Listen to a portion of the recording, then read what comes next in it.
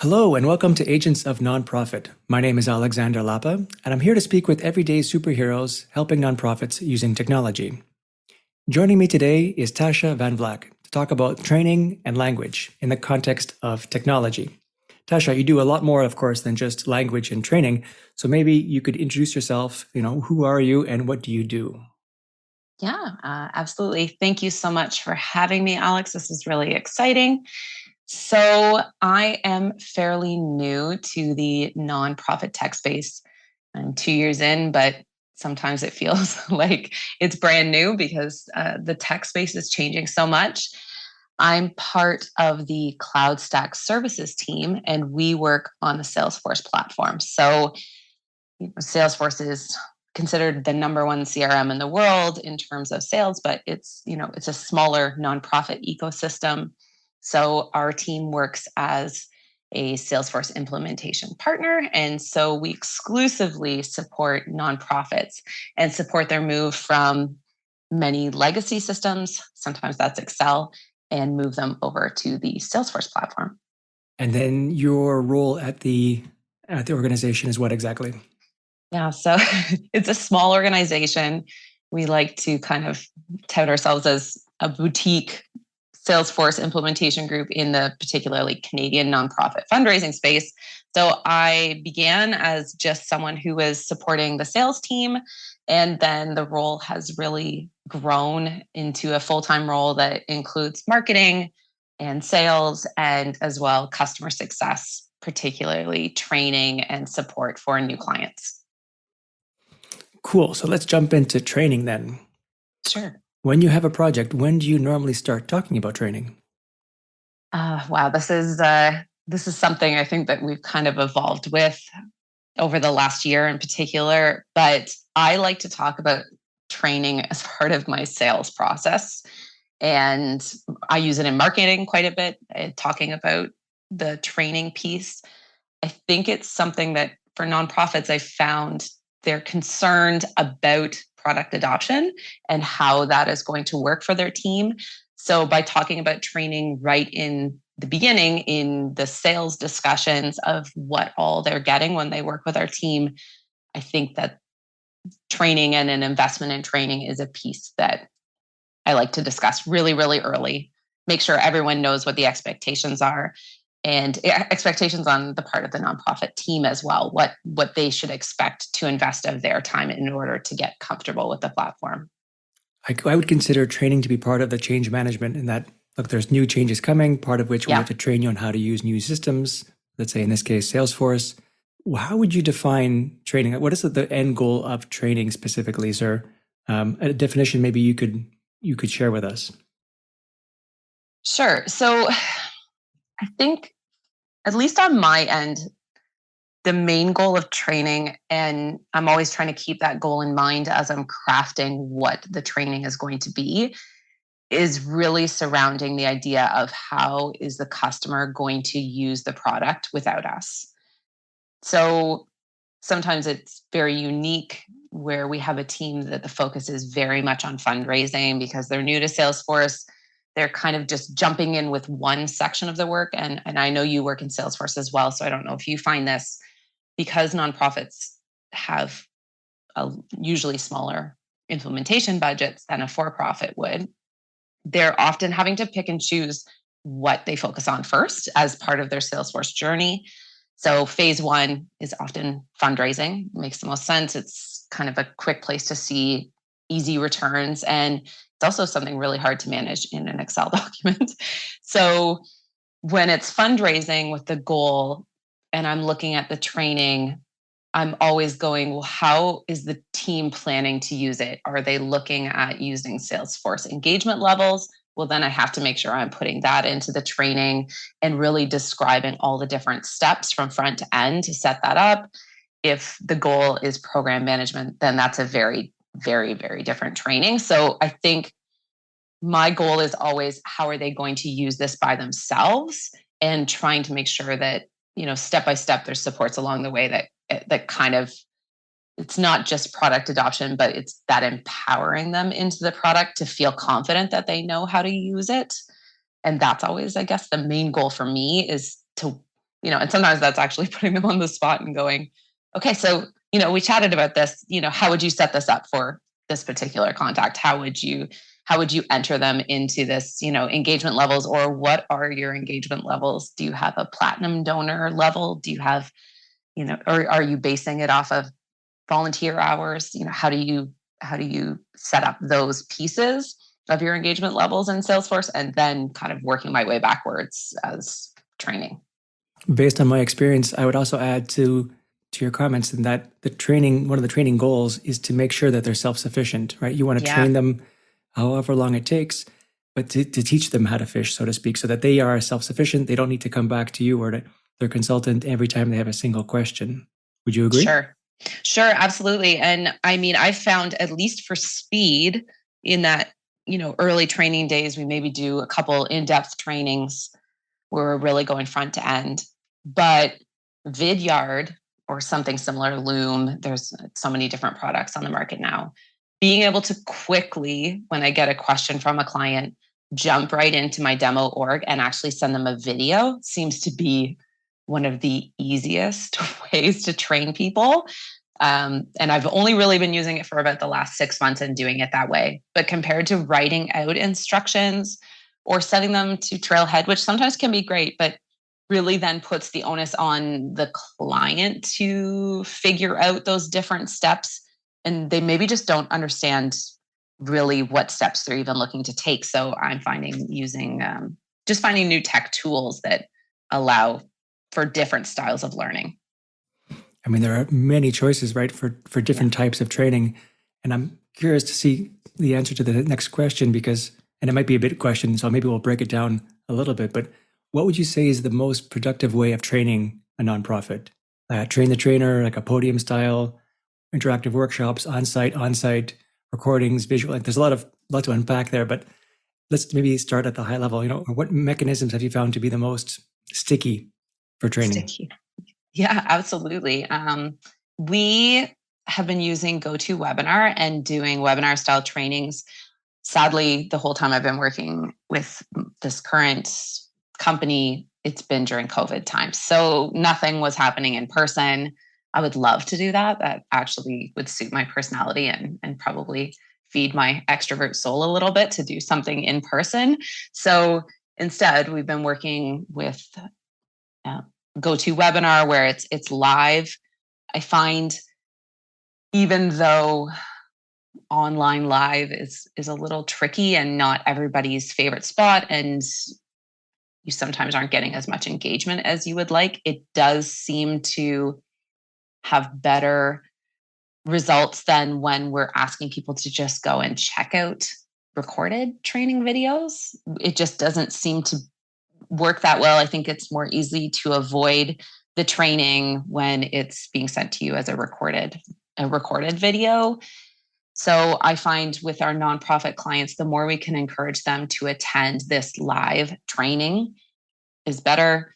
I really always love to encourage that screens, your webcams are on, my webcam is going to be on, and that it just feels more like, oh, we're all doing this together. And I'm happy to be interrupted with questions, which I know leaving questions till the end can be something that is preferred and it doesn't stop the flow. But some of the best questions that I've ever had have been those stop and interrupt ones, where I just assumed what I was saying was very clear and simple, but it clearly wasn't to that person. And it helps me realize places that I can improve. So live is better than recorded, you're saying, but yeah, there's something to be said about self-learning, in the sense of, like, live, you have to, of course, have everybody available at the same time all together, versus something that's recorded. It's more at my own leisure. I can pace myself. I can rewind. I can, I might be a bit slower, a bit faster than the rest of the group. But you're right. It requires more responsibility, let's say, to actually do the training. And it might be much easier to dismiss it at that point. So is there a balance? Maybe have you ever seen like a mix work, or doing it in groups live, for example, based on your department within the nonprofit? Like, how do you see that happening? Sure. Yeah. So we offer both. I'm recording every time I do a training. So we offer bi-weekly Salesforce nonprofit success pack training. So that very intro level training we offer every other week. we offer a fundraising manager, which is our product. And we're talking more about Salesforce for fundraising every other week. And then we go into like a more advanced training once a month. So all those are live, but they are recorded. So at any time, if a client comes forward and goes, well, we're really wanting to get moving now, we have the option that either A, we can put together a custom private training for that individual, and we have some hours for all clients to kind of use towards that bucket yearly if they'd like, or I can send them training videos. And I think you're right. For some people, solo training they're happy to do it that way. It really, really works for them, almost in that same way where some people are visual learners versus some people can read something and they retain the whole thing. And unless I am actually in it doing it while I'm reading it, it's just goes right out of the other side of me. I don't know what happened there, but visual learning for me is really, really key. So maybe that's why I also like training in that method. So I think those people who are really motivated on their own are probably going to self-select to watch a recorded demo. And it's really for those people who require that extra push. They actually need something in their calendar that says, I am going to learn this today. And for a busy nonprofit, I think that because there's a time and a date, it's a bit of a forcing function to require that they actually do that product adoption step. Because I think it's, new work is always easy to put off until later. I recently joined a gym that is very specific. You actually have to make appointments with the trainer, and it's a group setting. But by just having that appointment, I'm much more likely to keep it than if I have an open-ended gym membership, or even worse, a gym at home, where it's always accessible, and yet I never actually use it. So I agree with you. There's something to be said about having a date and time in mind and having everybody there. And not just for that, but also one thing is, in a group setting, one person might have a question that other people have the same question for. And rather than repeat that question, as many times as there are people, you can answer it once and everybody gets the benefit of that answer. But not just that, I've also seen where people within the same department or within part of the same training can feed off each other. You don't have to answer every single question. Sometimes I have training where I ask if anybody else has an answer before I would answer. And then that kind of creates little moments of celebration, because it's like, I'm able to answer this question that I couldn't have answered 10 minutes ago. Absolutely. Absolutely. And my previous work, the job that I was doing before this one, a lot of the work was surrounding training. And there was a train the trainer, there was in-person training, online training. It was much more diverse in what it was offering. But they also broke the training into management versus frontline workers. So I haven't seen anything like that really happen yet in the nonprofit space, or at least in the tech nonprofit space. I haven't seen something like that happen. But I do think there may be benefits to that. I'm not sure how I would divide that necessarily in the Salesforce space, because I find the primary users are often it's frontline staff. Managers aren't using Salesforce the same way that a fundraising professional that is just going out and is primarily running the events. And they're the ones taking in the data, and they're the ones worrying about the campaigns. Their manager might not be doing any of that work within Salesforce. So I don't know if it speaks the same way to tech, but I do know I've seen individuals like, Tim Lockey's Human Stack program. I've seen where he has this is for executive levels, and this is if you were more in that frontline tech space. So he is showing that division in terms of training. So I'm not sure if you've seen something like that. Have you ever had managers ask specifically for a separate training? I have, and I would put them in the same category as having it training by department. So the department could be fundraising department versus development versus various other types of frontline, and then one for maybe certain managers. Sure. And you're right, they won't necessarily use Salesforce in the same way, but I think it's important that they understand how dashboards work, for example, how reporting works, to be able to get that summary information just to keep track of things. And then, of course, if there's ever a sense of, or a need rather, for approvals, that they know how to do that within Salesforce as well. Yeah, absolutely. Yeah. I think there is differences. So I haven't really dove into how the trainings are different, but I can see where sometimes the questions that are coming forward from those frontline and front end users can be quite different than the people who are managing. And so I don't know, that would be an interesting piece to kind of add in, I guess, to go, here's my managerial training and how would that differ and what were those pieces that I go into. So maybe that'll be a next step. So we spoke a bit about live training versus recorded. What about train the trainer model? What have you seen in terms of success rate, or is it something you kind of avoid at this point? At this point, our team hasn't dove too far into a train the trainer model, primarily because we're often working with really small nonprofits, and it hasn't really worked out that I've seen where the person who was given that train the trainer level experience then goes on to maybe become a Salesforce admin. And oftentimes we're still being called back in to do any of that more advanced work. And I think nonprofit turnover is a real thing that we've seen over the last couple of years, at least. So this was partly what spurned us to kind of like moved the whole team to go, we need to be able to offer biweekly training all the time, because the knowledge of Salesforce was often leaving with the front end users as they moved to a new organization.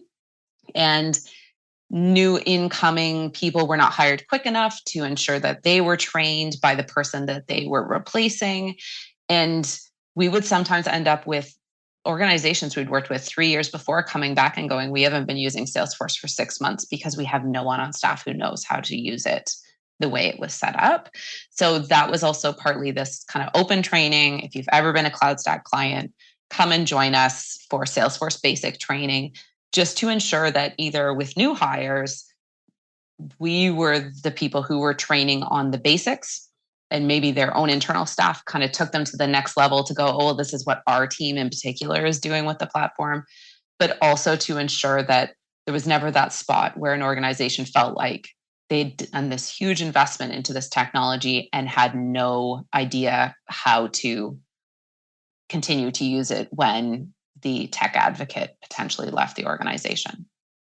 And it's far too often when that tech advocate leaves and there isn't any transition time. They don't have the ability to do a knowledge transfer to their replacement. Yeah. And then, so one person leaves, the other person comes in, and like you're right, like you said, it just, the technology disappears.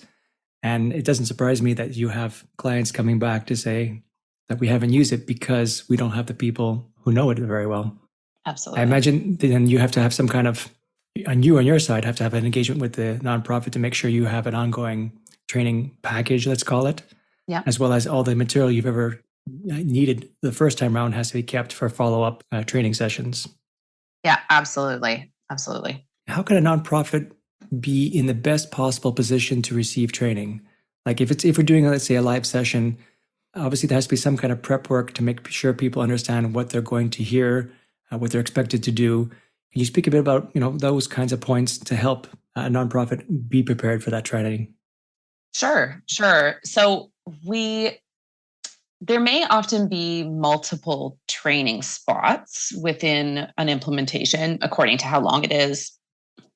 We have implementations that are 2 to 4 weeks in time, and then sometimes they stretch over months as they're just a really big project, potentially, case management being put in place and all of these extra pieces of Salesforce. So oftentimes I'm kind of encouraging nonprofits to jump into the Salesforce basics fairly early in their implementation journey and not waiting until everything is done to start using or at least training on the Salesforce org, because it tends to bring up some really good questions that they had never even considered because it just wasn't like they hadn't been in the system actually using it. So they had no idea what was possible, or it tends to bring up lots of great questions. But I would say in terms of prep, it can be as simple as on our end, we have checklists to go. Have you been able to log in yet? Have you been able to log into your organization yet? have you set up your multi-factor authentication? And we clearly know you've made it successfully into the org at least once. I really enjoy when people are following along on their screen while I'm doing the training, because oftentimes it's as simple as they don't have the option to change up their navigation bar. Well, that's a really big problem if I'm talking about dashboards that day and they can't access changing up their navigation bar potentially for them. And so it's often a spot where if they have the org open, they can, either describe to me what they're seeing, they can screen share back and go, well, I don't have this thing that you're talking about. And so usually it's an opportunity for our team to either educate on how to use the navigation bar, or it's an opportunity for our team to go, oh, wait, something's happened here and we need to go back in and make some changes. In terms of other prep work, again, I've had some great chats with Tim Lockey surrounding Salesforce. And one of the things that he said that stuck out to me, and I think it applies across many technologies, is I always like to say in advance, this is going to feel really uncomfortable for a little while. It's brand new and it's new technology. Salesforce can feel quite complex. It doesn't have the most beautiful interface on the market. I've seen some of these just fundraising platforms and they look really pretty and very clean, and there's not too much to look at. And, they're only handling fundraising. So Salesforce obviously can handle so much more. Of course, it's going to be more complex, but it's not necessarily as navigation friendly. And I'm constantly trying to remind myself of how I felt when I first started using Salesforce and putting myself back there when I'm describing it or working through it with new clients. So product adoption, it's going to feel uncomfortable, and it could take you a couple of months to feel like this is just a habit, that I open the screen and I know immediately where to go when I am looking to put in a new donation, enter a new donation. I know exactly that process. And I want to, I want to create a report on this. Well, you're probably going to have to create quite a few reports before that feels like second nature. So I do like to expectation set that most people feel uncomfortable, and that's actually just part of learning something new or being exposed to anything new. It does tend to feel uncomfortable, and that should be expected. And that's a great point, because people are used to being able to be capable of doing their jobs. Yeah. Right. They know what they do. It's they don't need to think about how they do it. They just do it. And now they're being put into a position where they have to question that, and they have to learn something new. There's an innate hesitation, let's say, where it's going to take me longer to do what I need to do. And that's a great way to overcome it, is just to call it out right away and say, oh, just get through it. It'll take some time, but you'll get there.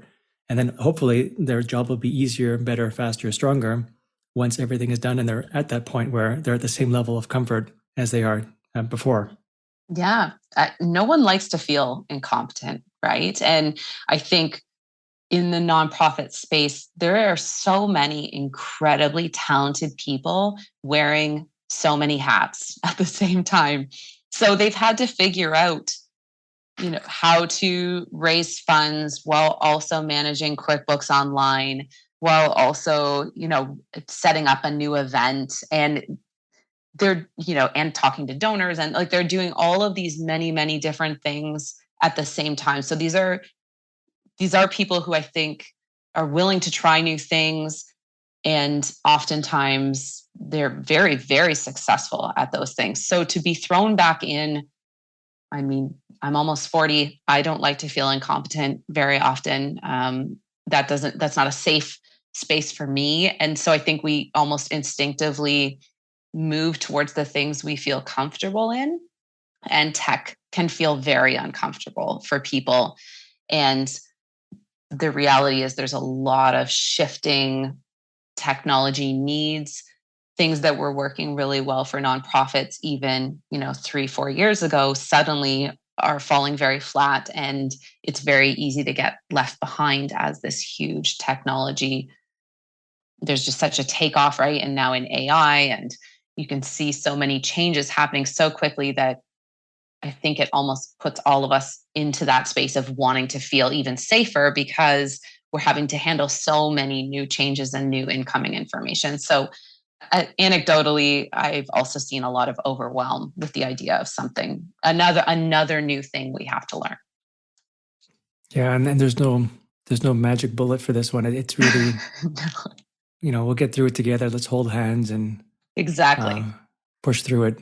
Exactly. Actually, that's a really good line, right? Because I've used it frequently in discussions with nonprofits saying, we're here to hold your hand, and not in a condescending way at all, but more as in, I would call it reassurance. Yeah, exactly. Like that reassurance. We're a partner and we're here to partner with you and help you find success on the Salesforce platform.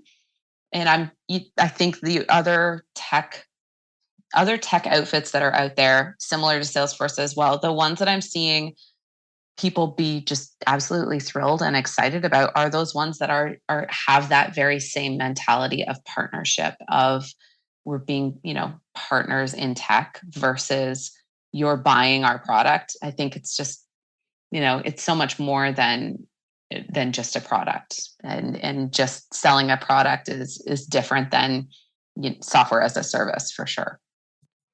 I actually love the visualization of holding hands because there's a lot of connotations to it, right? In the way of a gentleman holds a woman's hand, for example, to help them across something. They're guiding them, but they're also there beside them. Walking down the street as a couple, for example, side by side, trying to get somewhere together. If one person slips or missteps, the other person can hold their hand. So it's a very, from my mind, a very beautiful visualization. Yeah, I totally agree. And really, so much of the tech training is meant for those that are struggling, because there's always going to be people like yourself, where you were talking about, I'm happy to go and self-learn, and there's going to be people who are not going to attend our trainings at all, and that is fine with me. I'm not really there for them. They're not the people I'm concerned about. It's those individuals who instead are feeling that overwhelm and those feelings of incompetence and insecurity. That's who I'm there for. So I'm happy to support those people who are way on ahead and blast through all 3 of our trainings on their own time in one afternoon. Like, those people are amazing. I love them. There'll probably be an increase in those people as there's more and more tech comfort, but really the trainings are meant for the people who are instead finding it very challenging to move into the Salesforce ecosystem and the language and lingo and all of that. Going back to being prepared for training, I would add just a couple of small other menial type tasks. Sure. Like making sure that people have their schedule cleared. You want, I think, that people's minds to be present and not thinking about all the other activities that they're not doing that day.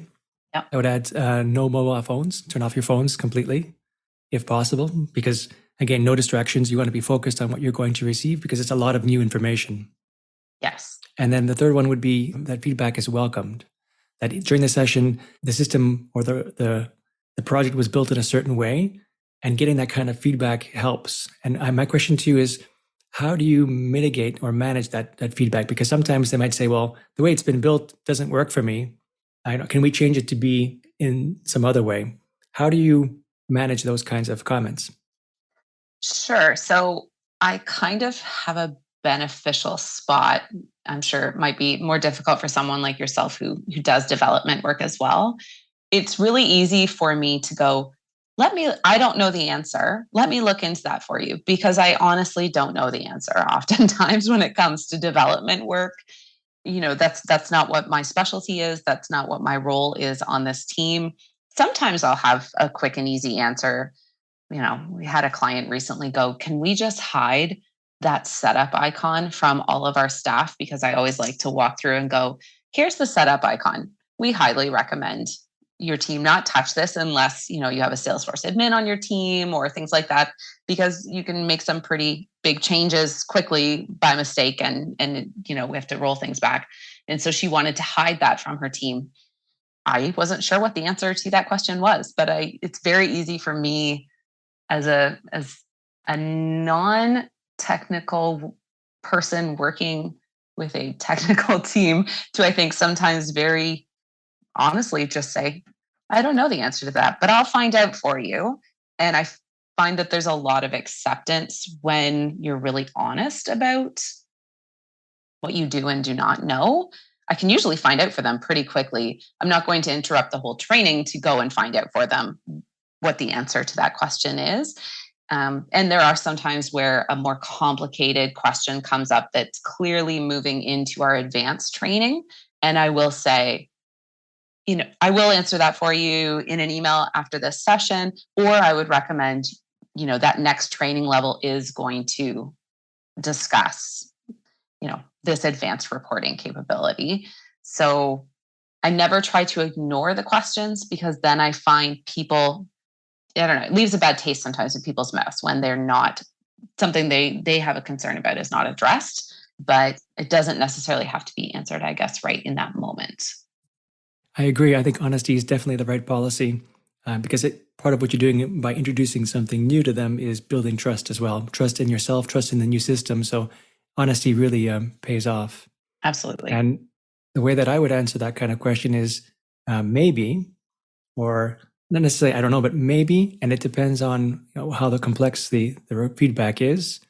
I do welcome it as an architect, but it might not be something we want to do at this moment. So it's, we'll take a note of it. We'll figure out whether it's right to do now or later or never. But at least, having that feedback, I think, is very useful, because sometimes people have some great ideas that no one has thought of. Absolutely. And I think that was what was so interesting when we started these sessions. And we were really learning a lot from the nonprofits about how they were using Salesforce for fundraising. And it pushed our product roadmap not in a totally different direction, but it definitely made us pivot to go, we're seeing this from everybody, or everybody is figuring out this like Salesforce workaround that absolutely could be part of our product. Why aren't we doing that for them? I guess, right? Why not have this be part of just our standard product package? Because so many teams were trying to figure this out on their own or asking for it. So I think the trainings have even just given us a really great feedback loop to our team about what is working and what maybe is a struggle. And I'm not always getting those questions like you're talking about, Alex, with people going, oh, well, we would want to do it this way, is more because I would say on most of my trainings, I have at least 6 client teams represented in some way. Sometimes it's an entirely new team and 5 members all come from that team, but there would also be one team member from a lot of our clients from a couple of years ago are sending somebody new that's now recently been hired. So I think the cross section of these open trainings also allows for, to be honest, I find the trainings a little bit easier because of that cross section, because the questions tend to, the people are all kind of at that same learning level because it's all new people. So these open trainings have been really great, and it's been a great touching point with new incoming staff members too for our more historical clients. For sure. If you have processes that span multiple departments, you definitely want those departments, or it would be a good idea, let's say, to have those departments in the same training session, because then they can understand the entire flow of things. First, the opportunity comes to me, then it goes to you, then it goes to this person, and I have to do this, they have to do that, and that person has to do this. And seeing that picture of the movement across team, I think can be very, very valuable. Absolutely. So once training is finished, how do you measure whether it was successful or not? Yeah, that's always the big question, right? So I always have a follow-up email that comes out after the training, includes my slide deck, and usually I have 2 slide decks. So we have the slide deck that was up when they were in the training going through, and I always like to flip back and forth. That's my personal style, is using Canvas slides and the live demo, because I find people get kind of bored when it's just slides. And sometimes when it's just a demo walkthrough without the background context, it can be really overwhelming. So kind of use a Canvas slide to prepare them what I'm about to jump into in the live demo. So I send those Canvas slides around. And there's also a second set of Canvas slides that are usually kind of links to either small training clips our team have created. So if we talked about campaigns and that was a subsection of what we talked about that day, here's all these links to campaign, in our help desk. Here's a bunch of different little campaign videos or write-ups. And usually too, I'm also hooking into Trailhead. So if you're wanting kind of that really to follow along in what Salesforce would train on this subject, here it is as well. So I like to send around those 2 slide decks afterwards. If there was any questions during the training, I've jotted them down and I make sure to answer those questions in the follow-up email to everybody. And in terms of whether the training was successful, I don't know if you've tried anything like this, but I tried to do a Google, survey, and we have a GoToWebinar survey as well. No one seems to want to complete those. I don't know if you've had better luck than me. Like I don't know if it's just this additional ask and people just aren't that jazzed. I will sometimes get emails back from people saying, "Hey, this training was great," which is lovely, obviously, to get. But I don't know. I haven't had great success with trying to get people to complete Google surveys. And what is it about a form, even in a simple feedback form? And I get it all the time for various activities, nothing related to CRM or Salesforce or nonprofits. And there's just I can't be bothered almost. It takes 5 seconds out of my day sometimes, but getting that feedback, I think it's in the session, I think is so precious and so valuable because it's so rare to get it afterward. And I don't know the solution for that one. Yeah, I totally agree. I similarly, that little link goes out to people. I've had like 3 people in months and months and months bother to go through. And of course, their feedback is lovely. And they're kind of those clients that I spend a lot of additional time with. We're kind of, in contact a lot. They're so lovely. I think they're just doing it for me because they think that this is something that is important that I need. So they do it for me. But in many ways, they're the people who are the most honest to let me know in general if I'm meeting their needs on a regular basis. We're communicating about it. So it's kind of those people who are silent. What do they think? I hope it was good, right? Like I can't tell. So I'm always kind of instead looking at GoToWebinar has an attentiveness measure. So you can kind of see how much attention people are paying to what you're doing or whether they're off doing something else. If I don't have anyone drop out of an open training, that makes me very happy. Every once in a while, you'll have someone leave, with the last 15 minutes remaining. That always kind of bums me out as a training where I'm like, oh, they left. But sometimes they'll also send a message saying, sorry, got a jet early or whatever. I think as a trainer, not taking things too personally is pretty key as well to your mental health and to your motivation to continue training. I guess as long as someone doesn't send me a message saying this was a total waste of time, I'm usually pretty happy. That's I agree. Last question about training then, and you kind of touched upon it before, but is there anything you can do besides having recordings that can help future hires? We talked a bit about turnover, not always being able to do knowledge transfers. Having recordings, of course, is great. Would you say there's anything else that can be done to help the future people, let's say in a year's time when maybe you're not involved in it anymore? Yeah, how to help future hires. So I know that we have been working hard to try and record any work that we've been doing. So, if we have a private one-on-one session, always making sure those are recorded and handing them off to team members. We have kind of repositories based on clients, right? So if this training was done with this particular organization, there's kind of all that retained data of the work that's been done with them over time. I'm just starting to kind of touch in more to, I did a Salesforce dashboards and reporting webinar the other day, which was actually kind of surprising. And I was excited to do it just because I'm enjoying learning about different things on the Salesforce platform. And it seemed like something that I was sad I hadn't kind of picked up on earlier. So I thought, well, there's probably a few other clients who would be interested in this. And I sent it out to, all our past clients. And we had about 5 registrants that we have not had contact with in over 4 years. That just out of popped out of the woodwork. If I sent them a random email, they might not respond to me anymore. That's how far the relationship is in the past. But throw out the idea that they would get a free training on something that they've been using the platform for years. It's kind of surprising that that was really hit the mark for them and was something they were excited about. Was, I think, surprising to our entire team, the response. But I do think having continued value adds for your current clients only also not only keeps them engaged with you as their previous implementation partner or maybe ongoing implementation partner, but it also creates a great repository for not only past clients, but all those future hires. It just creates more and more supports, I think, for them as they come in to go, well, now there's actually a recorded 30-minute session that's only about reporting and dashboards and the basics of reporting and dashboards. And so that's now always, in our back pocket for all clients to access and use. And we use Freshdesk as well quite a bit. So there's a lot of videos and explanations cut up into much more bite-sized pieces, a 2 to 3 minute video plus some literature for those people who like to read through instructions instead.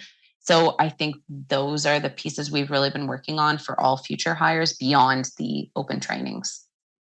You just mentioned it toward the end there of that sentence, because up until now, so far, everything seems to be about visual, audio-visual type of training. In terms of documentation, then, do you normally avoid that, or do you find it's useful only in certain contexts? We don't avoid it. So for sure, we have a product handbook that actually exists, although it's available and it's out there. We don't have a lot of interest in it from clients so far. Or if we do, it's there for larger organizations. Their Salesforce admins are really interested in reading through it. And usually it actually doesn't have as much information as they're looking for. They're looking for like the guts behind the scenes of the product. And, obviously not all of that information is sitting there for them to look through. We purposely went through a bunch of old Freshdesk articles and which were only written and added video to them. And it does seem like the combination of both, especially those people who would actually go to a help center and they're really truly just wanting to read articles. They're not wanting to send me an email and wait until I come back with the support. They're wanting to find out on their own. I think having both written and visuals for those individuals is pretty critical. So we do have it in those spaces. And, I put some notes into training and things like that. But sometimes I wonder whether I'm just cluttering up my visuals when I put too much written information in. Nobody reads the manual these days. I know. I was going to say, I will outrightly tell everybody I have never read our product manual for sure. It's, and even with Trailhead, I find I've working my way through Trailhead and just working my way towards my own Salesforce admin certification in my own time. It can be really challenging because they don't use that many visuals or not visuals. They don't use that many video components at all, which makes sense. You're supposed to be learning and I get it, but there's definitely a lot of people who rely heavily on YouTube to learn things with those visuals, and everything is pretty key for them. So I think having supports in both ways is probably really important, and maybe something I have to get better at is making sure I have enough written material as well. I think there's also a balance for the author's perspective of when you do visual, things can get obsolete very quickly, and you have to either redo the whole video or at least portions of the video, versus when it's text, you just, edit, copy, paste. It's a bit easier, selfishly, as the author. Yeah, absolutely. I agree. Moving on from training, I did mention at the beginning of this podcast that we would talk a bit about language. So it feels like I owe the audience at least one question about language. And we did talk about in a previous conversation about a tech therapist, which I don't know if we coined the term or you coined the term, but I love it. I guess my single question, if I had only one question to ask about language, is how do you adapt your language to work with nonprofits that are maybe less technical than others? Because, Salesforce, for example, can be quite technical. There's a lot of power behind it, like you mentioned, a lot of features behind it, a lot of semantics you need to learn, about the features and functionalities and what Salesforce is. So how do you find yourself, or how do you best prepare your language in a way that can be received by people who are not so technical? Okay. That's a really, really good question. So, in terms of why I think I've found myself in this space in my organization, and I think just naturally playing middleman and tech therapists, like we talked about, is one, I can pick up on a lot of tech. I've done fairly well. I've worked in quite a few different systems. I'm always happy to try out new tech for marketing. Is one of my favorite things to do. And I do find some of it comes naturally to me, but I also think having an empathetic person, I guess, would maybe be a strong skill when you're talking about training, because I think it is really important to be able to recognize where your trainees are coming from, spending so much time in the nonprofit ecosystem and just reading articles and trying to figure out best practices and learning about fundraising. It's been clear that it's a very overwhelmed field sometimes, and none of us learn that well when we're overwhelmed. So, taking your trainees and shooting them with the fire hose that is Salesforce and everything that Salesforce can encompass is just too much. It really needs to be moved into quite bite-sized pieces. An afternoon training session is, in my mind, not going to ever hit the mark with nonprofits. Maybe if it was like a really fun, jazzed up fundraising training session with somebody with a ton of personality in person, maybe you could pull that off. But when we're talking about tech, I think tech consultants in the nonprofit space, we maybe need to realize that there's resistance often internally on teams. You may have someone who's super excited and they've already done all this background research on Salesforce. And the idea that an opportunity relates to a revenue generating activity like a donation just made sense in their brain. It was like instant. And they go, oh, of course, of course that's what it means. And it was no big deal. But they're one person on a team, and the rest of the team may need to have that entire conversation brought up like 5 times. And I don't think as tech consultants, we should be surprised that we're going to get frequently the same question over and over, even if we've talked about it before. That, practice and the habit of using the system is going to be what really, helps with adoption. And that the training is going to be ongoing training, not one day training, I guess. But I do think that as trainers, being able to kind of remind ourselves what it felt like to be in that spot, to be in those moments where we felt incompetent in a new technology space is really, really important. And likely, and like, this is, don't get me wrong, I'm not sure that this is always the case, but I do feel that if you are in the development space and you're developing frequently, and you're doing that, you're in Salesforce every day, or any other system, Blackbaud, whatever, like, across any space, language that you use naturally to talk about Salesforce could be very intimidating to the client, right? So I always like to razz my team a little bit when they use the word object with a client. I'm like, that does not mean anything to them. Like, why are we saying object? I do get that it means something and that it's really quite important. But without that background information about that word, even, I've watched it throw. You can see the visual confusion on people's faces in a meeting where they're like, but of course they're also afraid to admit that they don't know what that means, because maybe you've told them 5 times and they're thinking to themselves, oh my goodness, right? Object, what does that mean? Right? In Salesforce, like, and they're agreeing and they're kind of saying yes. But they truly, it may not still really be resonating what that's going to mean. So I think I'm always trying to find that accessible language if someone's moving from Excel, I'm trying to frame Salesforce in terms of Excel, because it's much easier for them to go, okay, here is our Excel process. And now look at, this is how we've moved and this is what it's doing in Salesforce, because I think that can be a great connecting point between two technologies, is trying to take the old technology and that maybe somebody was really comfortable with, but they know it just can't do what they want to do anymore. So, I think that can really, really help build trust. I always am trying to make it feel like I'm on their side. So sometimes that my own experience and frustrations learning Salesforce has really come in useful for that building trust piece. The reason I asked the question is because it is something I struggle with sometimes. As an architect, technology is my playground. Yeah. So for me, it's like, what? You don't know what an object is? Come on. Exactly. I was trying to frame it really nicely, because I know you are one of those people, and I work on a team with so many super intelligent, like they're so smart, and I watch them work in Salesforce and my head spins sometimes, right, as they work through it.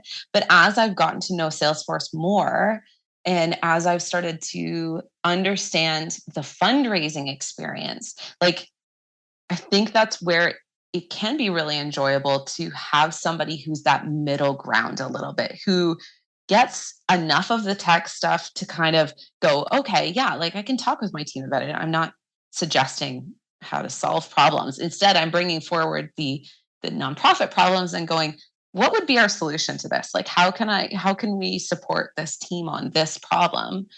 And on the opposite side, finding a way to take these tech solutions and bring it into a more inclusive language space to go, yeah, oh, do you need a custom record type? Throwing that question out to a client, and they're like, well, what is a custom record type? What does that mean? Right. And what could that even refer to? So sometimes that first Salesforce basic training and walking people through a basic training, the light bulbs kind of just start going on. And in fact, some of the conversations they've had in the past then all of a sudden start to make sense. So I don't know, maybe the solution to all of this is Salesforce or Salesforce implementation partners should have a like, hey, we would love to support you on the Salesforce platform. As part of our discovery process, we highly recommend this 30-minute introduction to Salesforce, right? I don't know. Maybe that's the future of Salesforce and training. I would definitely highlight the empathy. Putting yourself in their shoes. Even myself, just reminding myself that not everybody is as technical as I am. That put myself into someone else's shoes and just start from the beginning. And I would also add patience. Oh, just, yes. Like you said, sometimes you have to add or answer rather the same question multiple times. It's really important not to assume that they're dumb in any way. That it just requires sometimes a bit more understanding and repetition to be able to really fully and concretely grasp a concept that may be very far and very foreign for them. So having that patience just to say, no worries, ask me any question, no dumb questions or no questions or dumb questions, and then taking it from there. Absolutely, yeah. No dumb questions. No dumb questions. We don't do that around here for sure. Yeah. Tasha, this has been great. I know we can talk on for a lot longer, but we want to respect everyone's schedule. So where can people find more about you online?